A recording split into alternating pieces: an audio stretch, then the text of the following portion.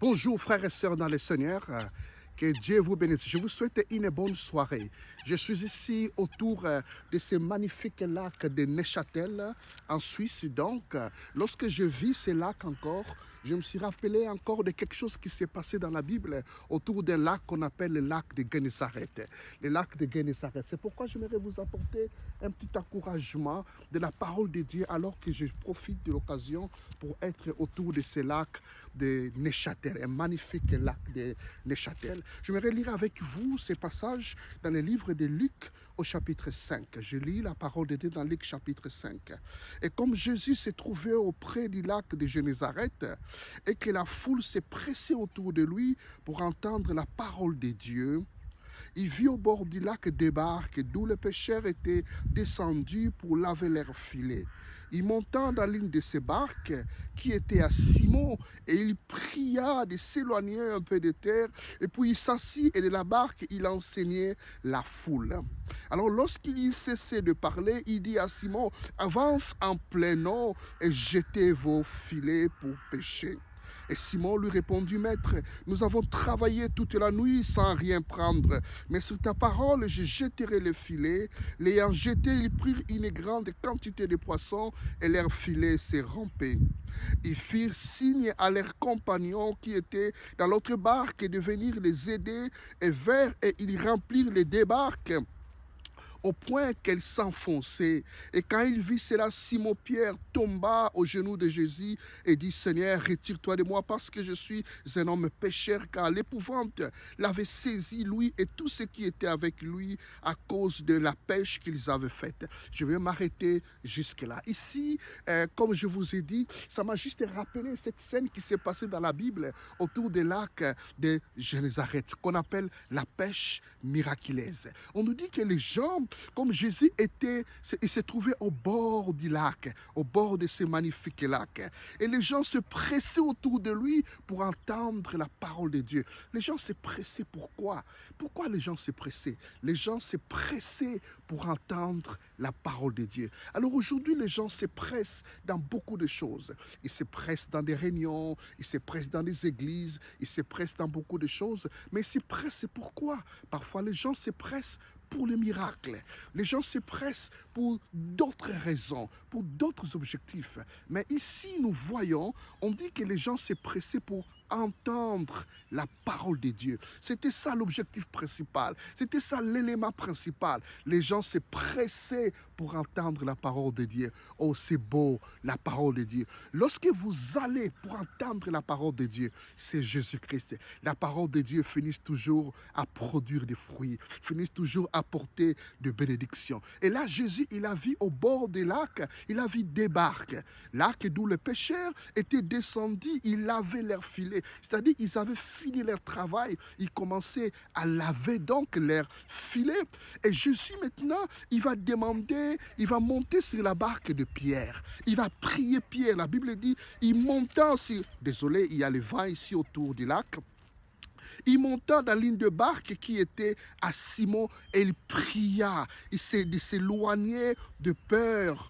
Il s'éloignait un peu de terre afin qu'il puisse parler. Il pria à Pierre que Pierre puisse s'éloigner un tout petit peu de terre. Donc la barque, comme si la barque était là. Alors Jésus demande à Simon de s'éloigner un tout petit peu de terre. Il va s'éloigner. Il était là, la barque était de l'autre côté. La foule était là, la foule était ici. Et la barque était là, Jésus était là. Et Pierre, il bougeait la barque. Et la barque était là autour. Et les gens, ils écoutaient Jésus. Jésus est en train d'enseigner. Jésus est en train de prêcher. Et la foule était là, ici, au bord du lac. Et la foule écoutait Jésus, je m'excuse. La foule écoutait Jésus en train de prêcher la parole de Dieu. Et Simon, à ce moment-là, il écoutait la parole de Dieu. Il écoutait Jésus. Il écoutait Jésus en train de prêcher la parole de Dieu. Alors, Simon avait un problème. Il a fini de travailler. Il a travaillé toute la nuit.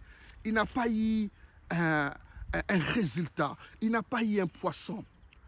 Et Jésus savait que Simon avait un problème. Jésus savait que Simon avait un souci. Jésus savait que Simon a un problème. Lorsque tu as un problème, lorsque tu as un souci, lorsque tu traverses un échec dans ta vie, comme pêcheur, comme Simon pêcheur, qui a eu cet échec, qui n'a pas eu de poisson. Jésus, il savait, il connaît, il est omniscient, il connaît tes soucis, il connaît tes difficultés. Alors, Jésus, comme souvent, quand il veut bénir une personne, qu'est-ce que Dieu fait? Il veut que l'homme lui-même, il veut que la personne participe aussi à sa propre bénédiction. Jésus savait que Simon avait un problème, que Simon avait un souci. Et Jésus, Dieu voulait bénir Simon. Il voulait aussi que Simon participe à sa propre bénédiction, comme nous voyons le plus souvent. Et dans la Bible, Dieu, il fait que l'homme participe aussi dans sa propre bénédiction.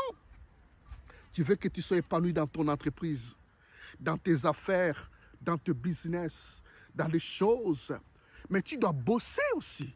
Tu dois travailler. Dieu n'aime pas de fainéants. Dieu aime les hommes et les femmes qui bossent. Dieu aime les hommes et les femmes qui travaillent. C'est en travaillant que Dieu va te bénir. C'est en travaillant que Dieu va bénir ton travail. Nous voyons souvent dans la Bible cette expression qui vient souvent, nous voyons souvent dans les livres de Deutéronome, que Dieu bénisse l'œuvre de tes mains. Ça vient souvent, que Dieu bénisse le travail de tes mains. Donc Dieu va bénir le travail que tu es en train de faire. Dieu va bénir l'œuvre que tu es en train de faire. C'est là que Dieu va bénir. Il est très important de savoir que Dieu, il aime multiplier là où il y a quelque chose. Il aime travailler là où il y a quelque chose. Et surtout, lorsque on veut travailler à quelque chose pour Dieu, la bénédiction de Dieu souvent, ici on voit, lorsqu'on veut travailler pour quelque chose où il n'y a même pas ton intérêt. L'intérêt premier, c'est d'abord l'intérêt de Dieu. Donc, tu fais quelque chose pour l'autre personne. Tu fais quelque chose pour ton frère, pour ta soeur, pour une personne. Tu fais quelque chose pour ton église. Tu fais quelque chose où, d'abord, il n'y a même pas ton intérêt en première. C'est d'abord l'intérêt de Dieu qui est en première. Alors là, Dieu aime souvent bénir. Quel était l'intérêt de Pierre quand il a donné la barque à Jésus? C'était quoi son intérêt? Il ne savait pas qu'il y aurait un miracle. Mais il a juste donné. Il était fatigué, il a donné. Frères et sœurs dans le Seigneur, quand tu t'occupes des affaires de Dieu, quand tu prends soin des affaires de Dieu, quand tu t'occupes des autres serviteurs, des autres enfants de Dieu, quand tu prends soin, tu t'occupes des affaires de Dieu, quand tu es dans le service de Dieu d'abord, où Dieu est d'abord en première position, où Dieu, il y a d'abord l'intérêt de Dieu, Dieu prendra soin de tes affaires. Dieu s'occupera de tes soucis, Dieu s'occupera de tes échecs, Dieu s'occupera de tes blocages. Il va débloquer lui-même. Parce que toi, en premier lieu, tu t'es d'abord occupé des affaires de Dieu.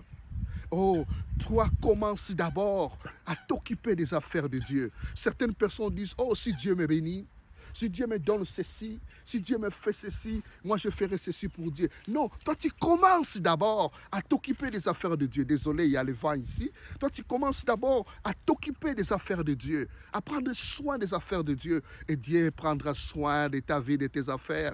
Dans la parole de Dieu, la Bible dit, fais de l'Éternel tes délices. Et il te donnera ce que ton cœur désire. Donc toi, tu commences d'abord à faire de l'Éternel tes délices. Tu fais d'abord de l'Éternel tes délices. Et il te donnera ce que ton cœur désire. Parce que Dieu qui sonde le cœur, parce que Dieu qui connaît le cœur de l'homme, il voit ton cœur, il voit ton souci, il voit ce que tu désires. Et Dieu, il te donnera. Il a travaillé toute la nuit, Pierre. Toute la nuit, il a travaillé. Il a eu aucun, sans rien prendre. Il a eu aucun poisson. C'est un homme expérimenté. Son grand-père était pêcheur, son père était pêcheur, il connaissait bien les lacs de Génézareth. Lui-même, c'est un grand pêcheur, mais sans rien prendre. Mais il a donné son temps à Jésus pour que Jésus soit dans la barque pour prêcher la parole. Même si les choses ne vont pas bien dans ta vie, même si tu traverses des échecs, même si tu traverses des difficultés, n'arrête pas de servir Dieu. Donne ton temps à Dieu, donne ce que tu peux donner à Dieu et Dieu s'occupera de tes affaires. La foi vient de ce qu'on attend et ce qu'on attend vient de la parole de Dieu. Et Pierre, il était là dans la barque, il contrôlait le mouvement de la barque. Alors que Jésus-Christ, il prêchait au bord du lac, la foule écoutait, les gens écoutaient Jésus en train de prêcher, il prêchait. Alors Pierre, il écoutait aussi, il écoutait la parole de Dieu. La foi vient de ce qu'on entend, et ce qu'on entend vient de la parole de Dieu. Et lorsque Jésus a fini alors de prêcher, la Bible dit, Jésus, il a fini, il a dit au verset 4, lorsqu'il y cessait de parler, lorsque Jésus a fini de parler, il dit à Simon, avance en plein eau et jetez vos filets pour pêcher. Avance en plein eau, jetez vos filets pour pêcher. Maintenant, va Pierre, travaille, va travailler maintenant. Toujours le travail, va travailler. C'est dans ton travail que tu verras les miracles. Pierre, il va encore maintenant, il va travailler, il a travaillé seul. Maintenant, il a d'abord travaillé pour Dieu et maintenant il reçoit la foi, il reçoit la parole. Il dit, Seigneur, nous avions travaillé toute la nuit sans rien prendre, mais sur ta parole, je jetterai le filet. Sur ta parole, je jetterai le filet. Rappelez-vous, sur le même lac où Pierre a travaillé toute la nuit, la même barque, les mêmes filets, il a jeté sur la parole de Dieu. Alors lorsqu'il a jeté, c'était le miracle. C'était le miracle. Il y a eu, la barque était remplie. La Bible dit, au verset 6, l'ayant jeté, il prit une grande quantité de poissons et leur filet s'est rompé, l'ayant vidé une fois. Oh, c'est que tu n'as pas pris depuis des années, c'est que tu n'as pas pris toute la nuit, mais avec la parole de Dieu, avec la foi en Jésus, Dieu va faire un miracle. Il va déclencher un miracle. Notre Dieu, il est le Dieu des miracles. Et il fait encore les miracles aujourd'hui. Jésus-Christ, il est le même hier, aujourd'hui, éternellement. Là où c'est impossible, lorsque Jésus dit un mot, lorsque Jésus donne l'ordre, il y a le miracle. Il a peut-être donné l'ordre à tous les poissons de l'arc de Gennesaret. Tous les poissons, venez ici maintenant, venez, il a donné l'ordre aux poissons. Et les poissons étaient là. Alléluia. Quand Jésus donne l'ordre pour ta vie, quand Jésus ouvre la porte, personne ne peut la fermer. Dans peu de temps, c'était un miracle. Dans peu de temps, c'était un miracle. Oh, le Seigneur, il veut faire un miracle dans ta vie. Mais il te demande une chose, il te demande des choses. Et comment le miracle s'est déclenché dans cette histoire de l'apôtre Pierre? Comment il y a eu un miracle? D'abord parce qu'il a rencontré Jésus-Christ. Il a rencontré Jésus. Lorsqu'on rencontre Jésus-Christ dans sa vie, les choses changent. Jésus-Christ était sur son chemin. Il a accepté Jésus-Christ. Il a accepté que Jésus entre dans sa barque. Jésus veut entrer dans ta vie, mon frère, ma soeur. Il veut entrer, il veut te diriger. Il veut que tu fasses des choses pour lui. Il veut d'abord qu'il soit le premier dans ta vie. Il veut d'abord qu'il soit la priorité dans ta vie. C'est d'abord Jésus-Christ. Et lorsque Jésus entre dans ta vie, ce qu'il te demande, c'est de le servir. Nous sommes sauvés pour servir notre Dieu. Nous sommes sauvés pour le servir. Vous savez, vous avez déjà entendu les gens qui disent « Je vais aller au ciel, mais je ne vais pas mourir. » Ou bien « Je vais manger les œufs, mais ils ne veulent pas casser les omelettes. » Mais « Oh, moi, je vais aller au ciel, mais je ne vais pas mourir. » La mort, c'est le chemin qui nous amène vers le ciel. Tu veux me prendre les omelettes? Il faut casser les œufs. Il y a des gens qui veulent être des pasteurs. Ils veulent servir Dieu, mais ils veulent servir Dieu dans le luxe, dans le confort. Ils veulent servir de Dieu avec l'honneur. Tu veux servir Dieu, il faut avoir un esprit de sacrifice. Des fois, on va t'humilier. Des fois, on va te rabaisser. Des fois, on va te négliger. Des fois, on peut te prendre pour rien. Des fois, tu dois être prêt à sacrifier ta vie pour le Seigneur. Le roi David, pour qu'il soit le berger d'Israël, le roi d'Israël, il était d'abord prêt à sacrifier sa vie pour prendre soin de brebis de son père. C'est alors qu'il était devenu le berger d'Israël, le roi d'Israël. Le secret, c'est rencontrer Jésus sur son chemin. Accepter Jésus, servir Dieu. La Bible dit, vous verrez de nouveau la différence entre celui qui sert Dieu et celui qui ne le sert pas. Il y a la bénédiction à celui qui sert Dieu. C'est un secret, mon frère, ma soeur. Sers Dieu dans ta vie. Sers Dieu. La priorité dans ta vie, c'est Dieu.